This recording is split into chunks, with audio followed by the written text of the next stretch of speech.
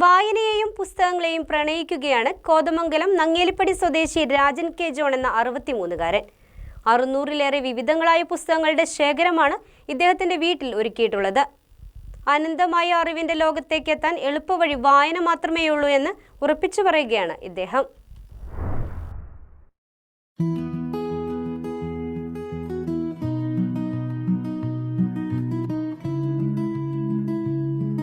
ഒരു പ്രാദേശിക ലൈബ്രറിയിൽ കാണുന്നതിനേക്കാൾ അധികം പുസ്തകങ്ങൾ സ്വന്തം വീട്ടിലെ അലമാരയിൽ കരുതി വച്ചിരിക്കുകയാണ് നങ്ങേലിപ്പടി സ്വദേശി കുന്നപ്പള്ളിയിൽ വീട്ടിൽ രാജൻ.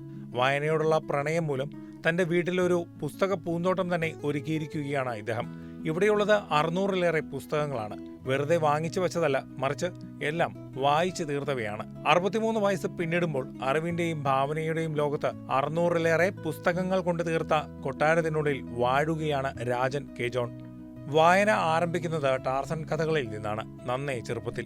പിന്നീട് വായന ചരിത്ര നോവലുകളിലേക്കും മറ്റ് മേഖലകളിലേക്കും വഴിമാറി. പുസ്തകങ്ങളിലൂടെ ലോകത്തെ മുഴുവനും തന്റെ മുറിക്കുള്ളിൽ എത്തിച്ചിരിക്കുകയാണ് ഇദ്ദേഹം. എൻ്റെ വായന ആരംഭിക്കുന്നത് ഏകദേശം 55 വർഷങ്ങൾക്ക് മുമ്പ് ടാർസൻ കഥകളിലൂടെയാണ്.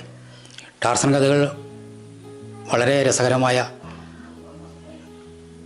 ഒരു ചിത്രകഥ പോലെയായിരുന്നു ദീപിക പത്രത്തിൽ വന്നുകൊണ്ടിരുന്നത്.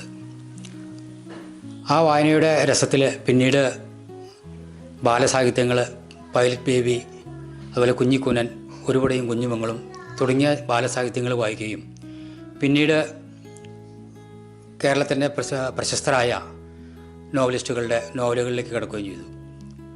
കാനം ഈജെ, അതുപോലെ Muttathu Varkey,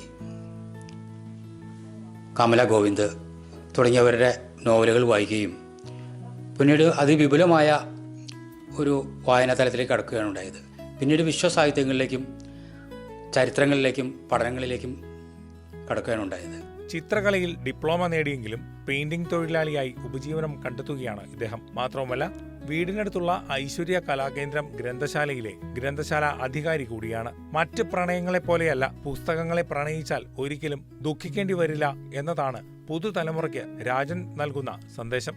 news desk, KCV news.